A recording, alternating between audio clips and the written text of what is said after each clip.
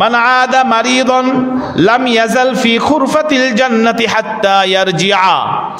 যদি তোমাদের মধ্যে কেউ অসুস্থ হয়ে পড়ে আর ওই অসুস্থ ব্যক্তিকে যদি কেউ দেখতে যায়, আর দেখতে যাওয়া উচিত সমাজ থেকে, মসজিদ থেকে, এলাকা থেকে, আত্মীয় স্বজন যেই হোক, অপরিচিত হলেও যদি শোনো যে সে অসুস্থ তাহলে দেখতে যাবে, যদি না যাও তাহলে অপরাধী হবে, দেখতে যেতে হবে। তা দেখতে গেলে ফজিলত কি?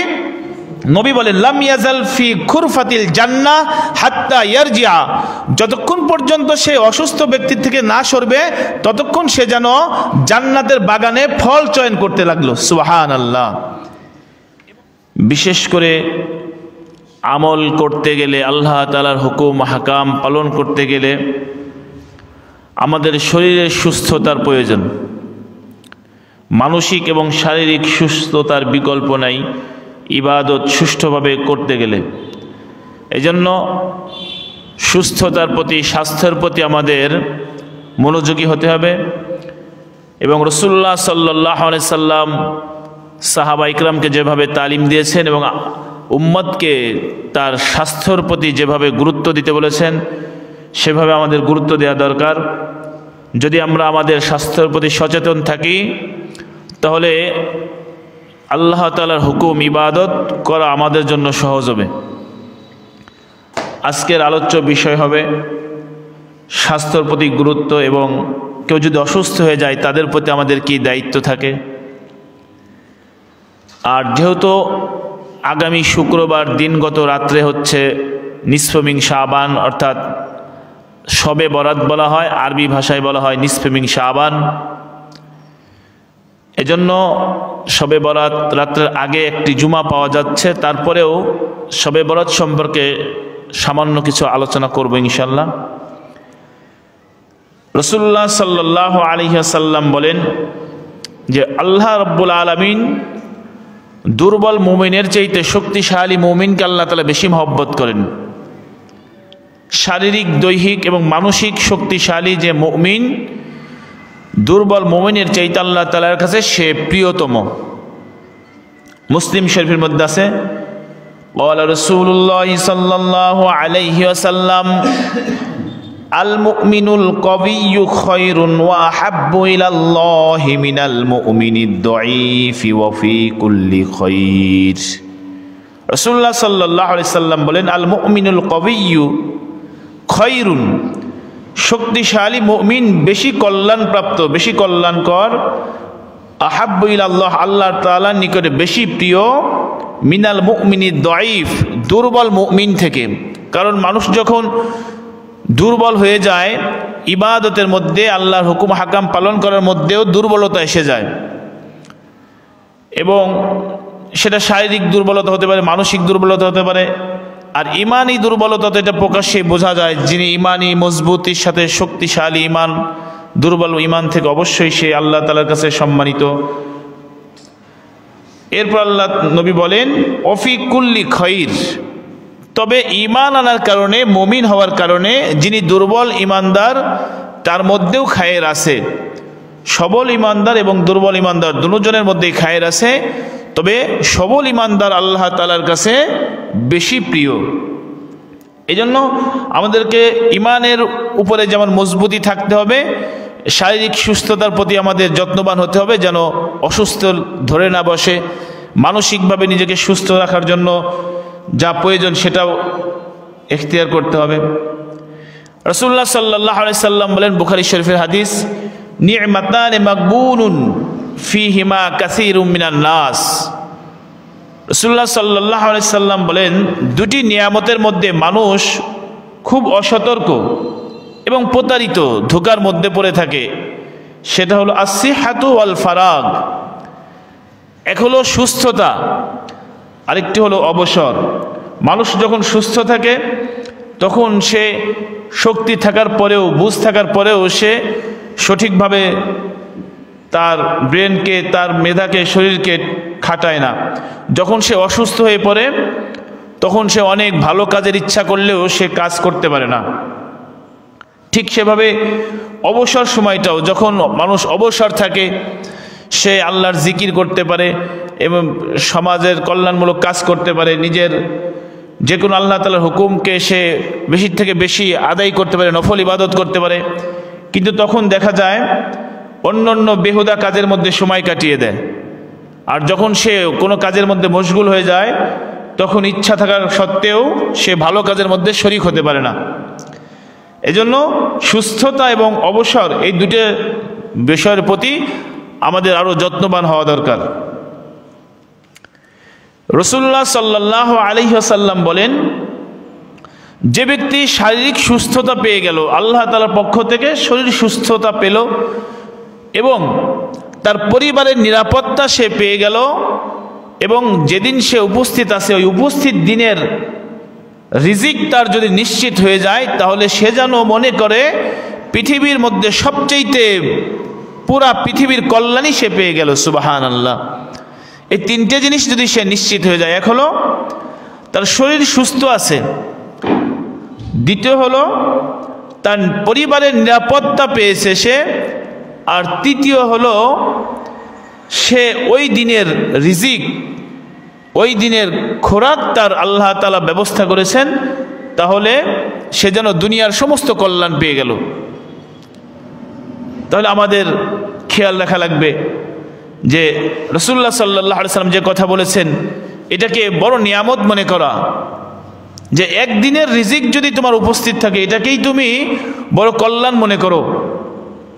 তিরমিজি শরীফের মধ্যে আছে, ক্বালা রাসূলুল্লাহ সাল্লাল্লাহু আলাইহি ওয়াসাল্লাম, মান আসবাহা মিনকুম মুআফান ফি জাসাদিহি আমিনান ফি সিরবিহি ইনদাহু কুতু ইয়াউমিহি ফাকান্নামা হিজাত লাহুদ দুনিয়া।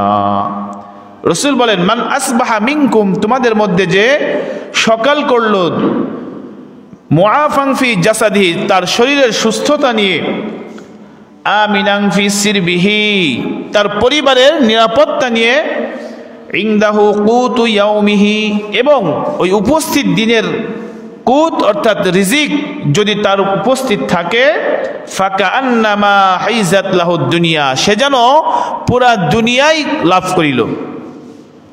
এই জন্য আল্লাহর উপরে সন্তুষ্ট থাকা, রিজিকের উপরে সন্তুষ্ট থাকা, যে আল্লাহ তাআলা যা দিয়েছেন সবচেয়ে বড় নিয়ামত, যে আল্লাহ তাআলা আমাকে সুস্থ রেখেছেন, আমার পরিবারের নিরাপত্তা দিয়েছেন, এবং অল্প রিজিক হলেও যদি একদিনের জন্য রিজিক আল্লাহ তাআলা দেন তার উপরে শুকরিয়া আদায় করা। এই জন্য সম্মানিত হাজিরিন, আমরা যদি রাসূলুল্লাহ সাল্লাল্লাহু আলাইহি ওয়াসাল্লামের কথা মতো চলি, তার দিক নির্দেশনা মতো চলি, তাহলে আল্লাহ তাআলা আমাদের অনেক খারাপি থেকে, অনেক রোগ বিপদ আপদ থেকে আমাদেরকে হেফাজত করবেন, অনেক অসুস্থতা থেকে আল্লাহ তাআলা হেফাজত করবেন। আর যদি রাসূলের দিক নির্দেশনা না শুনি, তাহলে দেখা যাবে আমাদের দুনিয়ার বালা মুসিবতের মধ্যেও মুবতালা হয়ে যাব, আখিরাত তো ধ্বংস হবেই। বলে যখন আমরা খাবার খাই তখন পেট পুরে খাবার খাই, আবার দিনের মধ্যে কয়েকবার খাবার খাই। বলে এই যে অনিয়মিত খাবার খাওয়া, সময়কে নির্দিষ্ট না করা, যখন তখন খাবার খাওয়া, এগুলো অসুস্থতার কারণ হয়ে দাঁড়ায়। আল্লাহ সুবহানাহু ওয়া তাআলা সূরাতুল আরাফের ৩১ নম্বর আয়াতে বলেন, ওয়াকুলু ওয়াশরাবু ওয়ালা তুসরিফু ইন্নাহু লা ইউহিব্বুল মুসরিফিন। আল্লাহ তাআলা খাবারের আদেশ করেছেন, কুলু, তোমরা খাও, ওয়াশরাবু, এবং পান করো, ওয়ালা তুসরিফু, কিন্তু অপচয় করো না। অপচয় করা হারাম, অপচয় করা নিষেধ। আল্লাহ তাআলা বলেন, ইন্নাহু লা ইউহিব্বুল মুসরিফিন, আল্লাহ তাআলা অপচয়কে পছন্দ করেন না। অনেক সময় আমাদের দ্বারা এটা হয়ে যায় যে আমরা খাবার, এক প্লেট খাবার নিচে অর্ধেক খেয়ে অর্ধেক ফেলে দিলাম, বা পানি ঢেলে দিলাম, হাত ধুয়ে ফেললাম, এগুলো অপচয় করা। আল্লাহর নিয়ামতের অসন্তুষ্টি অর্জন, এটা অসন্তুষ্টি অর্জন হয়, আল্লাহ তাআলা গুসা হন, রাগ হন।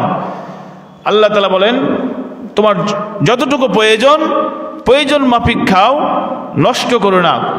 কারণ নষ্ট যিনি করে আল্লাহ তাআলা তাকে পছন্দ করে না। আল্লাহ তাআলা যাকে পছন্দ করে না সে তো আল্লাহ তাআলা সন্তুষ্ট অর্জন করতে পারে না। এজন্য আমরা যখন ঘরে বা হোটেলে যেখানেই খাবো, যতটুকু আমাদের প্রয়োজন যতটুকু লাগবে ততটুকু খাবো, এর থেকে আমরা বেশি নিয়ে নষ্ট করব না। অনেকের দেখা যায় এটা তার স্বভাবেই পরিণত হয়েছে যে যতটুকু সে খাবার নেয় সে কিছুটা খায় আর কিছুটা ওইভাবে ফেলে দেয় বা নষ্ট করে ফেলে। এটা বড় অন্যায় কাজ। আর রাসূলুল্লাহ সাল্লাল্লাহু আলাইহি সাল্লাম এবং সাহাবা ইকরামের মধ্যে অভ্যাস ছিল তারা কখনো পেট পুরে খেতেন না। রাসূলুল্লাহ সাল্লাল্লাহু আলাইহি সাল্লাম কখনোই পেট পুরে ভরপেট খাবার খেতেন না। কোনো কোনো জায়গা আছে যে কোনো সময় দেখা যাচ্ছে মেহমান আসলে বা মেহমানের কারণে যদি খাবার খেতে হতো তাহলে খেত, কিন্তু এমনিতেই সাধারণত রাসূলুল্লাহ সাল্লাল্লাহু আলাইহি সাল্লাম কখনোই পেট ভরে খাবার খেতেন না।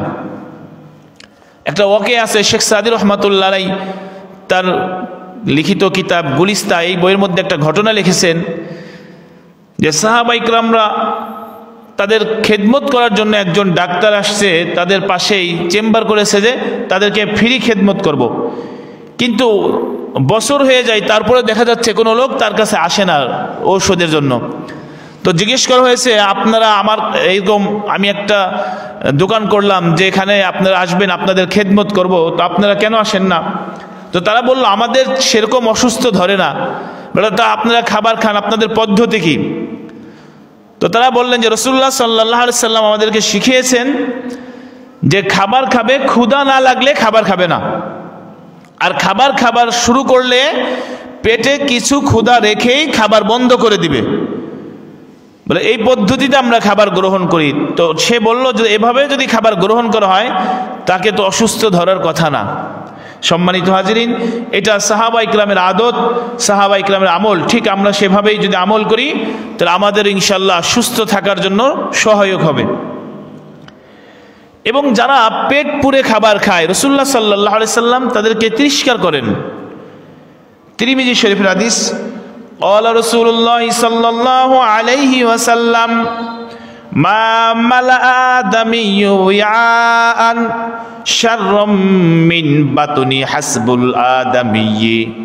নবী সাল্লাল্লাহু আলাইহি সাল্লাম বলেন বনি আদম সে তার পেট পুরা করা ছাড়া নিকৃষ্ট কোনো পাত্র আর পুরা করে না। অর্থাৎ বনি আদম তার পেটকে পুরা করে খায়, পেট ভরে খায়, এটা হচ্ছে নিকৃষ্ট পাত্র। কারণ আরবি প্রবাদ বাক্য আছে আল বাতনু উম্মুল আমরাজ, পেট হলো অসুস্থের মা, অসুস্থের গোড়া। পেটে যখন আবল তাবল খাবার দেয়া হবে তাহলে পেট অসুস্থ হয়ে যাবে, আর পেটে যদি অসুস্থ হয়ে যায় পুরা শরীরে তার অসুস্থ হয়ে যাবে। এজন্য সামনে রমজান আসছে, খুবই নিকটবর্তী রমজান, এজন্য আমাদের শারীরিকভাবে প্রস্তুতি নিতে হবে, দৈহিকভাবে এরকম মানসিকভাবে প্রস্তুতি নিতে হবে যেন কোনো রকমের অসুস্থের মধ্যে পড়ে না যাই, এবং যেন আমার থেকে কোনো একটি রোজা যেন ছুটে না যায়। এজন্য সুন্নাহ মতো যাতে আমল করতে পারে এজন্য চেষ্টা করতে হবে। এবং রাসূলুল্লাহ সাল্লাল্লাহু আলাইহি সাল্লাম বলেন লুকাইমাতুন লুকিমনা সুলবাহু, তোমার যতটুকু খাবার খেলে তুমি স্বাভাবিকভাবে চলতে ফিরতে পারো, তোমার মেরুদণ্ড সোজা থাকে, ঠিক ততটুকু খাবার খাওয়াটাই যথেষ্ট। অথচ অনেক সময় দেখা যায় আমরা অতিরিক্ত খাবার খেয়ে ফেলি, যার কারণে আমাদের পেট খারাপ হয়ে যায়, অসুস্থের মধ্যে পড়ে যায়, এরকম অনেক বড় ক্ষতি হয়ে যায়। তাহলে আমরা পেট খালি রেখে খাবার খাবো, আর যখন ক্ষুধা লাগবে তখন খাবো। এইমাত্র দুপুরের খাবার খেলো, আবার দেখা যাচ্ছে ভালো একটা খাবার আসলো, সাথে সাথে সেই খাবারটাও খেয়ে নিল, বলে এভাবে না, এভাবে করলে অসুস্থতার মধ্যে পড়ে যেতে হবে। এরপর রাসূলুল্লাহ সাল্লাল্লাহু আলাইহি সাল্লাম বলেন ফাইন গলাবাতিল আদামিয়্যু নাফসুহু, যদি তোমার খাবারের প্রতি বেশি আকৃষ্ট হয়, খাবারের প্রতি বেশি যদি চাহিদা থাকে, তাহলে ফাসুলুসুন লিত-তাআম ওয়াসুলুসুন লিশ-শারাব ওয়াসুলুসুন লিন-নাফস। রাসূল বলেন তখন পুরো পেটকে তুমি 3 ভাগে ভাগ করবে, 1/3 খাবার দিয়ে ভরবে, আর 1/3 পানি দিয়ে ভরবে, আর 1/3 নিঃশ্বাস নেওয়া আনার জন্য খালি রাখবে। তাহলে পেটকে 3 ভাগ করে খাওয়ার পদ্ধতি বললেন রাসূল, 1 ভাগ খাবার, 1 ভাগ পানি, আর 1 ভাগ খালি রাখা। এটা উত্তম পদ্ধতি, যদি পারা যায় তাহলে অনেক ভালো। এবং এটা যেমন দৈহিক সুস্থতার জন্য, শারীরিক সুস্থতার জন্য প্রয়োজন, ঠিক সেভাবে আমাদের মানসিক সুস্থতারও খুবই প্রয়োজন। মানসিকভাবে যদি সুস্থ না থাকি তাহলে শারীরিক অসুস্থতা এমনি এসে যায়। মানসিক সুস্থতা যেমন আমরা অনেক সময় আমাদের মধ্যে বাজে চিন্তা চেতনা চলে আসে এবং ঋণগ্রস্ত হয়ে যাওয়ার কারণে অনেক বিপদে বালা মুসিবত চলে আসে। এজন্য মানসিক সুস্থতা থাকার জন্য যা যা প্রয়োজন, যেমন আমি যদি ঠিকভাবে ঘুম না যাই এবং ঠিকভাবে যদি আমার শ্রম কাজকর্ম না হয়, অলসতা পেয়ে বসে, তাহলে দেখা যাচ্ছে আস্তে আস্তে সে মানসিকভাবে অকেজো হয়ে যাবে। রাসূলুল্লাহ সাল্লাল্লাহু আলাইহি সাল্লামের যুগে দেখা যাচ্ছে যে কোনো সাহাবী এরকম মন্তব্য করেছে যে রাসূল সাল্লাল্লাহু আলাইহি সাল্লাম রাত্রে তাহাজ্জুদ নামাজ পড়েন, রাত জেগে নফল নামাজ পড়েন। আমরা তো দুর্বল মানুষ, রসুল যদি এক রাত নামাজ পড়েন আমাদের তো 10 রাত নামাজ পড়া দরকার। তো রসুল যদি 1 ঘন্টা ইবাদত করে আমাদের তো 10 ঘন্টা করা দরকার, তাহলে আমরা রাত জেগে জেগে ইবাদত করব। হ্যাঁ, আরেকজন নিয়ত করলো যে আমি বিবাহই করব না জীবনে, বিবাহ করলে ইবাদতের ঘাটতি আসে, এই জন্য বিবাহই করব না। এভাবে তারা ইবাদতকে বেশি করার উদ্দেশ্যে এভাবে মন্তব্য করলো। রসুলের কানে যখন এ কথা গেল তো রাসূলুল্লাহ সাল্লাল্লাহু আলাইহি সাল্লাম তাদেরকে ডেকে ধমক দিলেন এবং বুঝালেন যে দেখো, প্রত্যেকেরই হক আছে, প্রত্যেকেরই হক আদায় করা লাগবে। অতএব সারা রাত জেগে জেগে একেবারে লাগাতার প্রতিদিন সারা জীবন রোজা রাখবে এইরকম সিস্টেম আমাদের ধর্মে নাই। আমি রোজা রাখি আবার রোজা ভাঙি, অর্থাৎ রোজা রাখি না এমনও যায়, আবার আমি এরকম রাত্রে জেগে ইবাদতও করি আবার অনেক রাত্রে ঘুমায়ও। অতএব ভারসাম্য ঠিক রাখা লাগবে। রাসূলুল্লাহ সাল্লাল্লাহু আলাইহি সাল্লাম বলেন, বুখারী এবং মুসলিম শরীফের মধ্যে হাদিস, ক্বালা রাসূলুল্লাহ সাল্লাল্লাহু আলাইহি ওয়াসাল্লাম ইন্না লিআইনিকা আলাইকা হাক্কান, যে নিশ্চয়ই তোমার চোখের প্রাপ্য অধিকার আছে তোমার উপরে।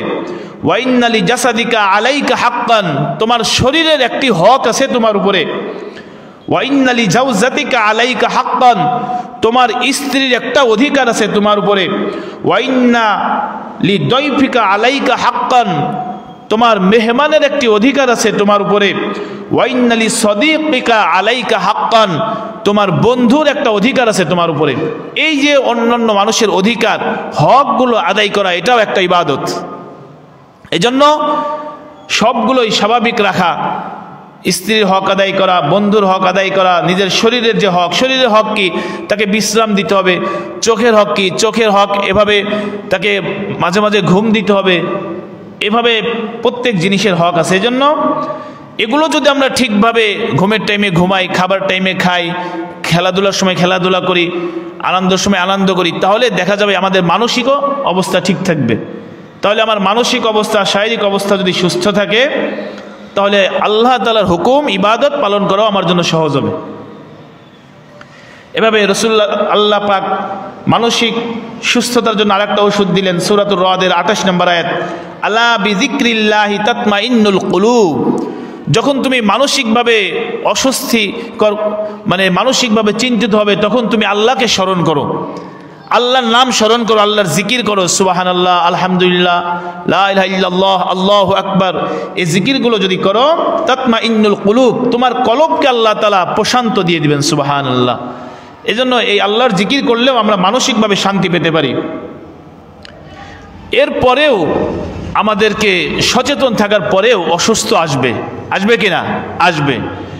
এ ব্যাপারে আল্লাহর নবী বলেন যে যদি তোমাদের এর পরেও যদি অসুস্থ এসে যায়, সচেতন থাকার পরে, এমনিতেই অসুস্থতার কারণ এখতিয়ার করে অসুস্থ হবে, এটা কিন্তু খারাপ।